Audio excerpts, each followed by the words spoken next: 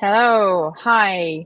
Welcome, guys, to another episode of Disruption Talks, where we talk to top experts and discuss digital acceleration, winning strategies, innovation, and scaling products. My name is Agata, and I am super excited to be talking today with Bryan, an engineering lead, ex-Spotify. And I think, Bryan, you probably will do a better job introducing yourself. Yeah, thanks so much. Happy to be here. Excited to be participating in these talks. Hi, I'm Bryan. Currently based in Brooklyn, New York, in the United States, just outside of New York City. My background: I started my career as a software engineer at Sun Microsystems during the original dot-com boom.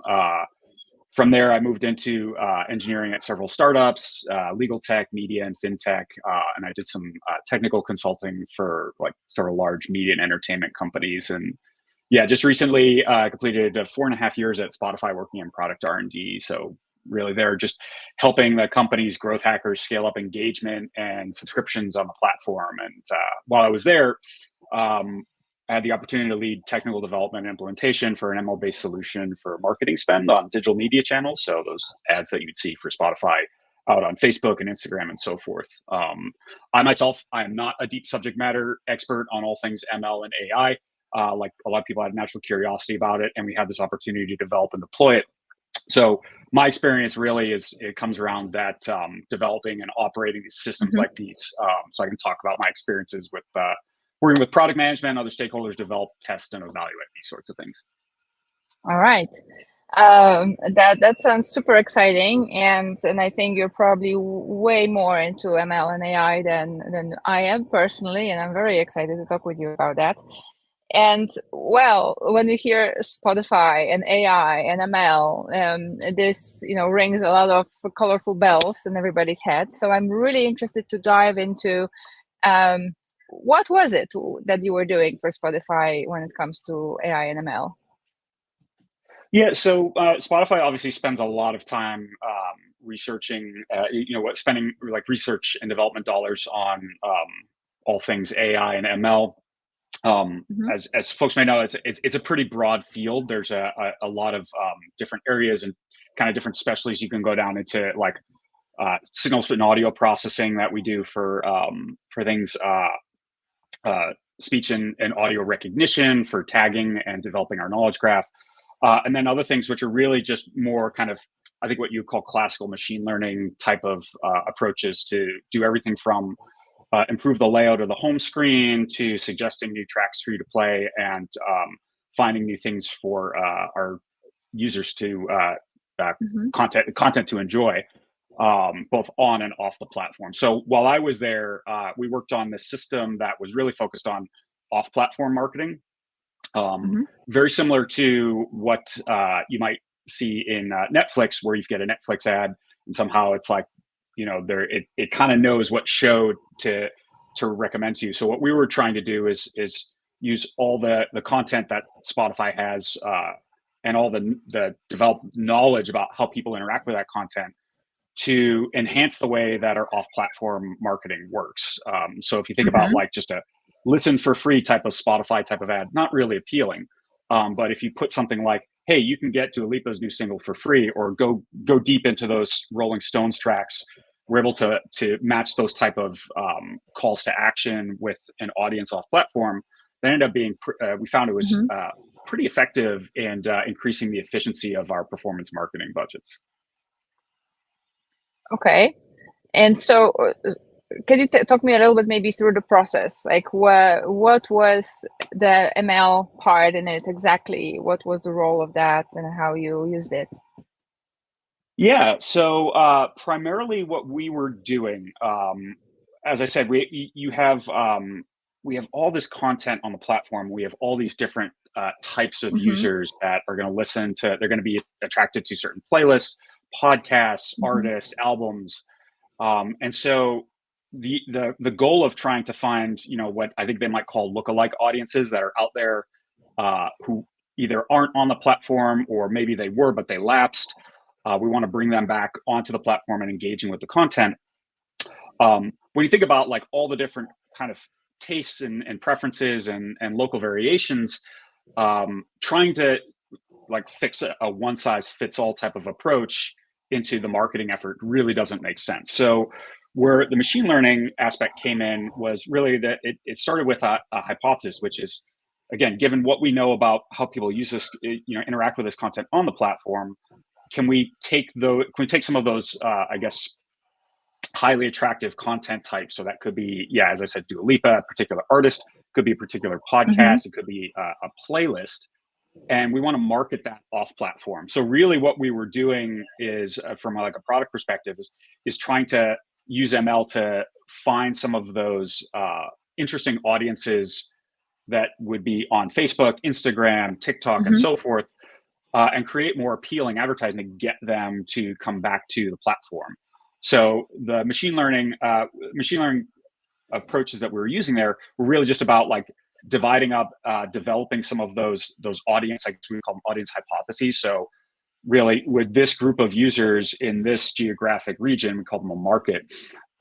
Would they respond to an ad, that ad that has Dua Lipa on it, or an ad that has Beyonce on it?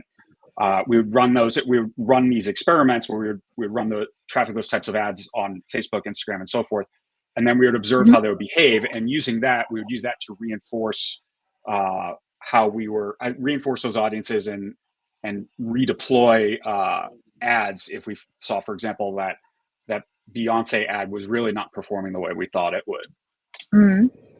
So now, when I think about the reach Spotify has, and the amount of artists, and then the amount of audiences, it sounds like your approach would require a lot of content for those ads to be generated. Was that also something that was done with the help of ML AI, or was it done by designers manually? How did that happen? What was the role of design as well? That's a great question. So generally, the way we structured this loop, it was this kind of test a hypothesis, build a what we call the campaign of ads. So these are like the actual. This is a group of different like ad assets that you would actually see in that that sidebar on Facebook or in your feed on Instagram. We would traffic those with the platforms, and then we would pull the data on a regular cadence to observe how they behave and rework our recommendations. So generating the content, when you think about all the different thousands upon thousands of artists that Spotify has, the podcasts and albums that we could recommend, and then you take that, you multiply it by the different markets, and the different languages and character sets that we would need to support. Yes. The creative generation was definitely one of the trickier parts. Not strictly ML speaking, but this was something where we had to come up with a pretty novel approach, where we needed to give our designers the freedom to create the kind of the visual effects that they're looking for, make sure that it was a consistent experience across all the different content types, all the different aspect ratios, whether it's static imagery or video. So once you factor in all those different parameters, like kind of the combinatorics of what we're generating on a regular basis explodes right into the thousands of individual content pieces that we need to generate. So that was definitely like an interesting problem that we hit upon very early in the process, and we had to come up with a novel solution. Now, we started out building really just hard-coded, we call them templates. So that's kind of, if you think of like a wireframe, kind of the consistent look and feel that we were looking for.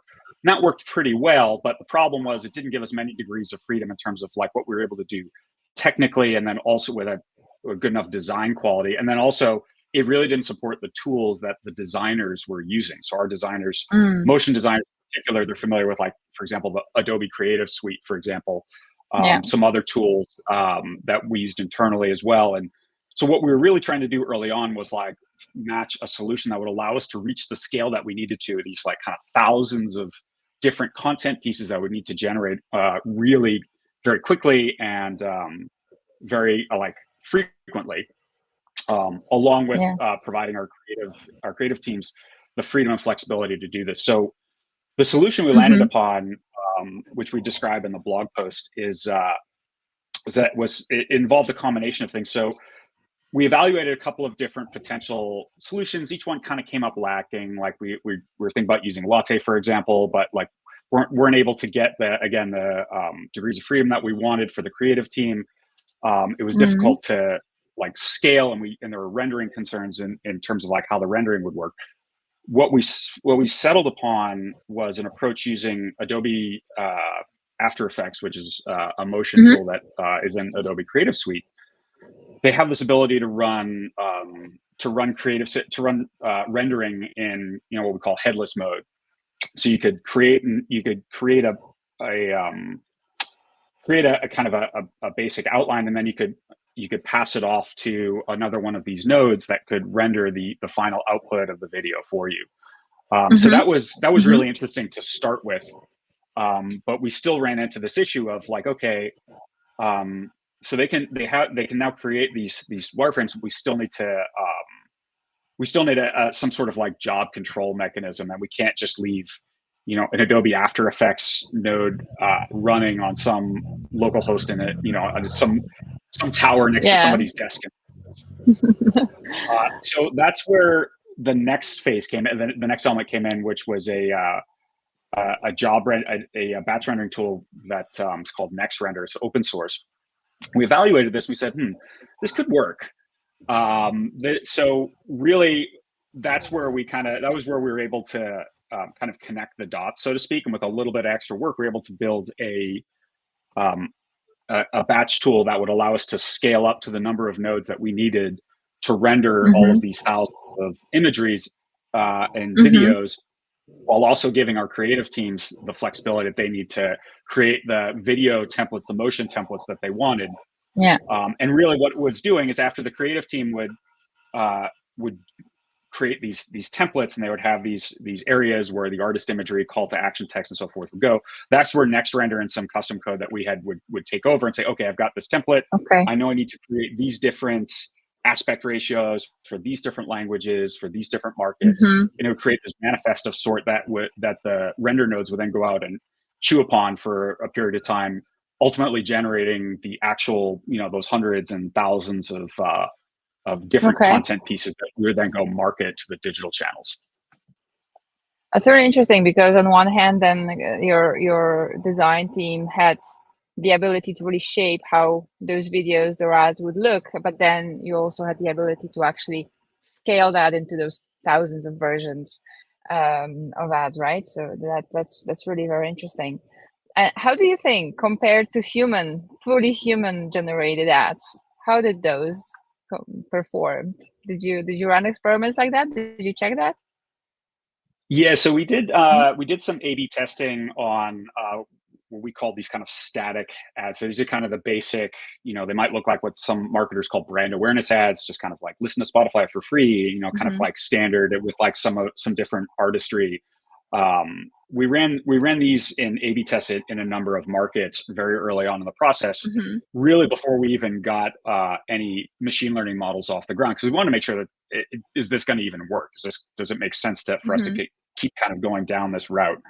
And yeah, the early results of the tests were very positive for us. So we were seeing it in terms of like the side-by-side testing, that we were seeing incremental lift on click-throughs, on views, and on at what we call MAU. So it's like people just doing something, streaming a song, a couple of songs, or interacting with the platform, and a slightly less statistically significant lift on subscriptions.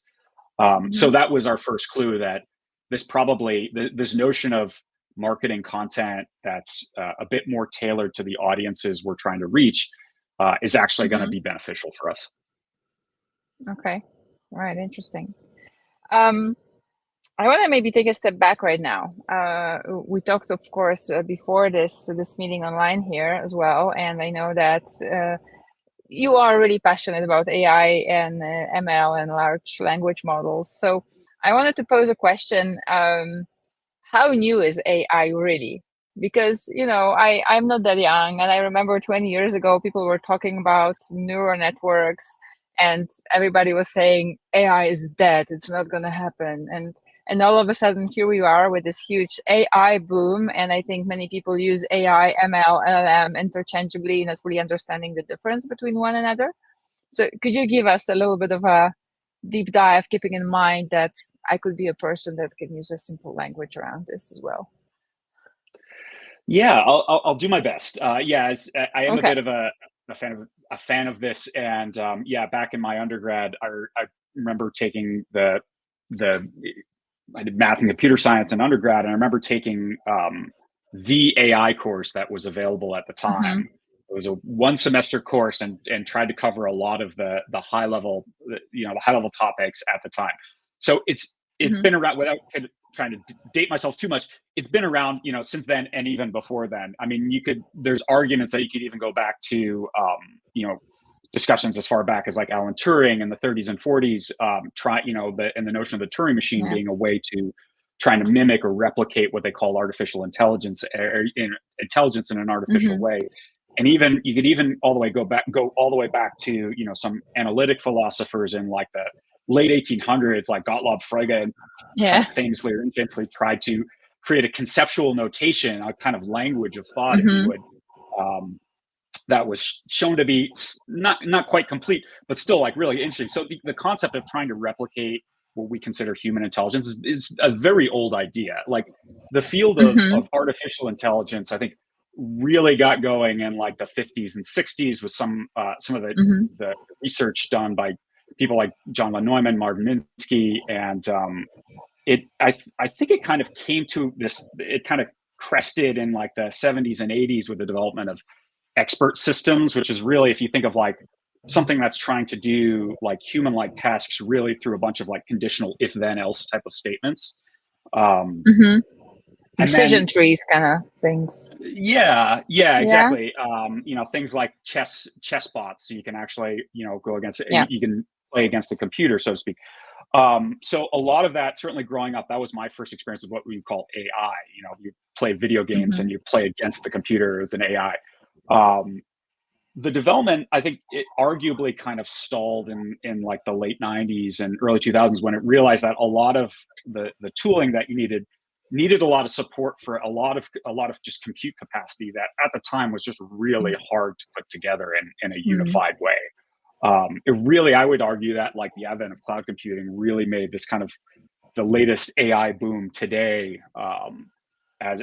possible. And Yeah. so there's been a lot of kind of like development along those fronts.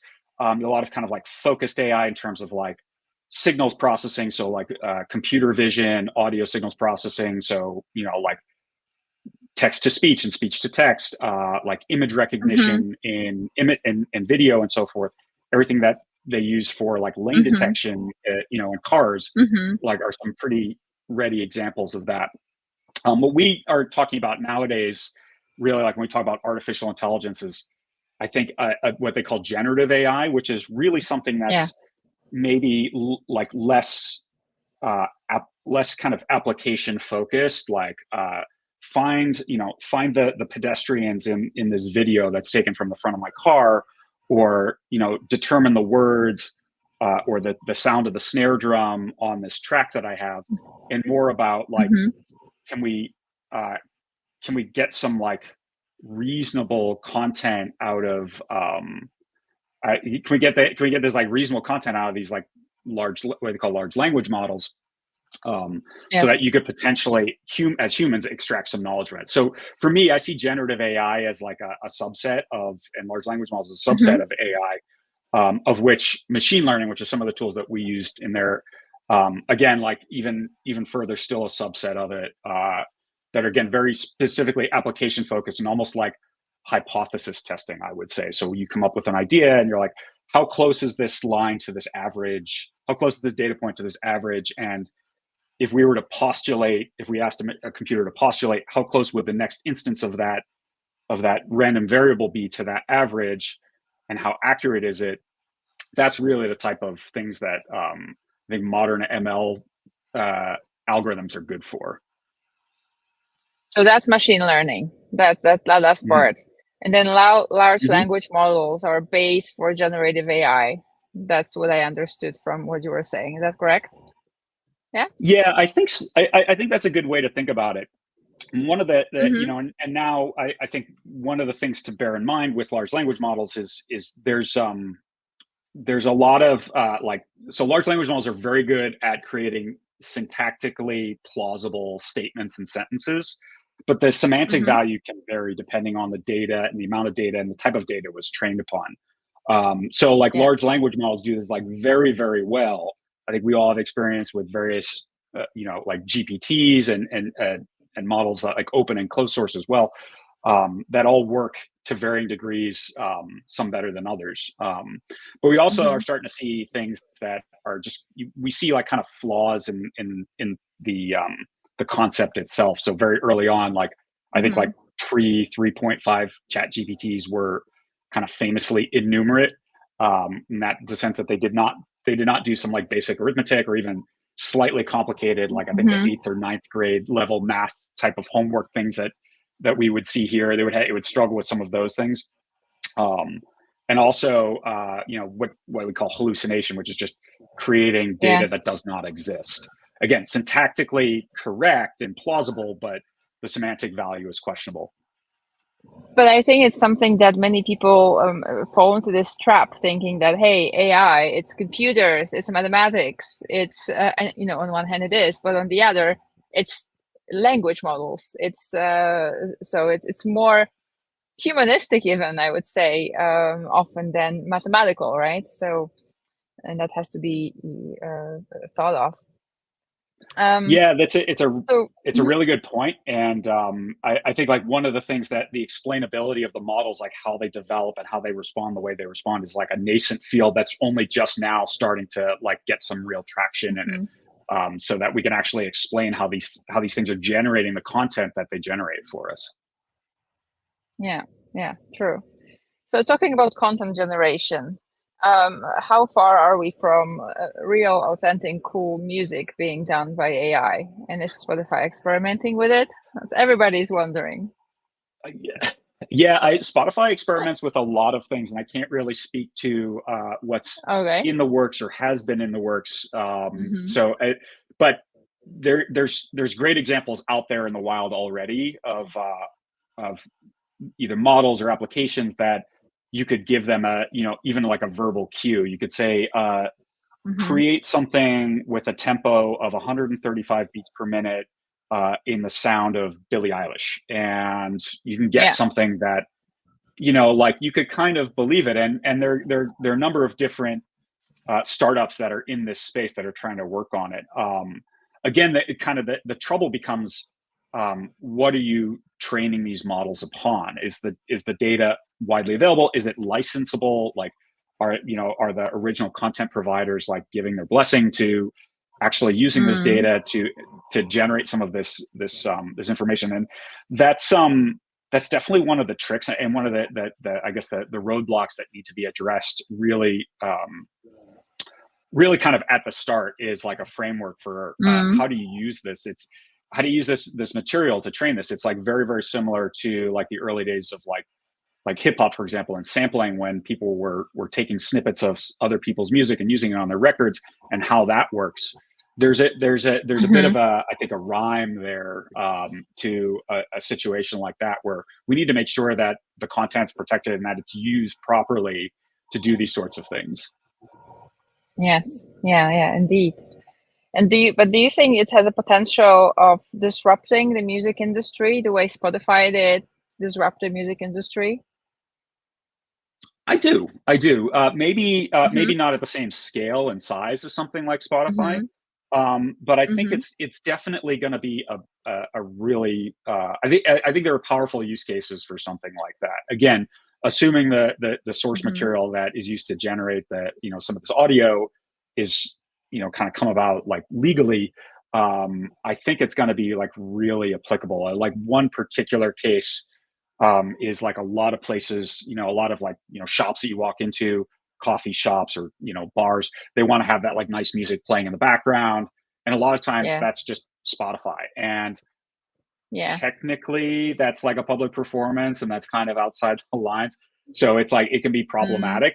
So you're going to see businesses, for example, that are interested in, they want to play that like kind of, house or downbeat or chill type of sound in their spaces without having to pay licensing fees, like to, pay for a Spotify membership or pay like legitimate licensing fees to the rights holders. So I think there's going to be some, really interesting applications that come out of this. Like anything, new applications, they're going to have their drawbacks and their advantages. And I think ultimately it'll kind of impact and disrupt the field that we know in really novel ways we can't even predict yet. Yeah, indeed. Interesting. Just made me think of something. Last week I went to a camping, and this particular camping has a theme song, and it's a song that was created specifically for that camping in Poland in the 70s. But with what you said, you can easily imagine businesses having their own theme music being generated specifically for them, right?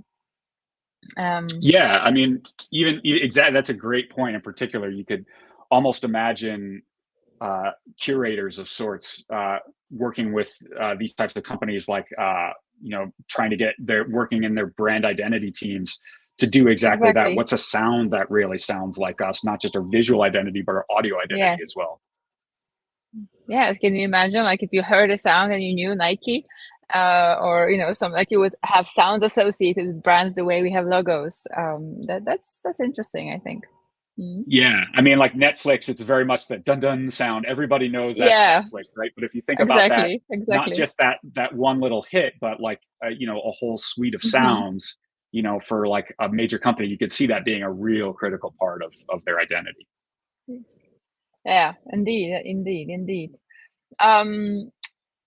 I have two more questions. One is going back to your work with ads in Spotify, and how long did it take you from start going through all the experimentation to the point of actually getting it right? How long was that process? Well, I don't know if we ever really got it right, but we saw promise at each phase, and that's what spurred us on to try and take the next step. So for us, like, it was very much a crawl, walk, run type of approach, where we wanted to. We had this grand idea, and we're like, all right, how do we get there? How do we do this thing where we're just like automatically generating ads and almost replacing a human marketer who's making decisions on these sorts of things, and a human designer that's actually designing the very specific assets. And so we really just started with, like, let's take the simplest bit of a simplest approach that will give us some directional results. So we did this like I said, this very small scale test in a couple of markets, and from there we just kind of added on complexity step by step. So in terms of from when I started working on it to when we first had something in production, it was that those first tests were completed in about 3 months. And then I would say adding in the other steps, and especially the point where we had a model, was from there another 9 to 11 months, I would say, if my memory serves. The key thing that we started with, especially on the ML side, was kind of in a similar mode of this, like, crawl, walk, run, was really this. We start with the notion of a heuristic, and that is, okay, we know we want to market some of this content to some of these markets. How do we do that? What are some good kind of rules of thumb, which, for our purposes, that's what a heuristic is. What are some good rules of thumb that we can use to pick something? And I can't go too far into the details on like specifics of that, but it was a combination of that, like, how much we had spent on the channel already, and how well that artist, if it had been, or that piece of content had been performing. And then also if it was a case of like using the Spotify's knowledge graph, which is this very rich data set of like relations between different types of music, different artists, different content types across many multidimensional, vast vector of characteristics. So using that combination, we were able to start to see what was working, what didn't. So for example, one of the early learnings we had was, on a very broad scale, very specific pieces of content didn't perform as well as like an artist or a podcast series. And even then, when you think about particular artists, the artists with the largest the largest kind of career and like the largest popularity tended to do well as well. So it was a lot of it was kind of stepping up, and that found the basis of like some of the parameters that we would use in the models down the road. Okay. I think we could be talking about that for another 45 minutes or hours. It's very, very interesting. I'd like to close with one question that I like to ask in the end of those talks, and it's a bit more abstract.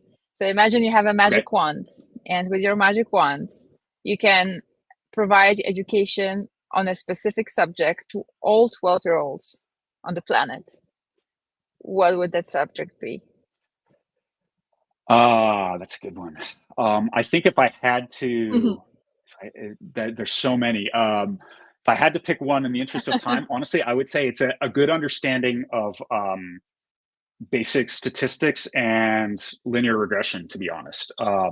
That's like, really just we use stats appear in all over the world, and they appear in the context of like policies, in the context of news, in the context of all of our interests. And a lot of times we make a lot of kind of we all make the same kinds of mistakes when we think about statistics.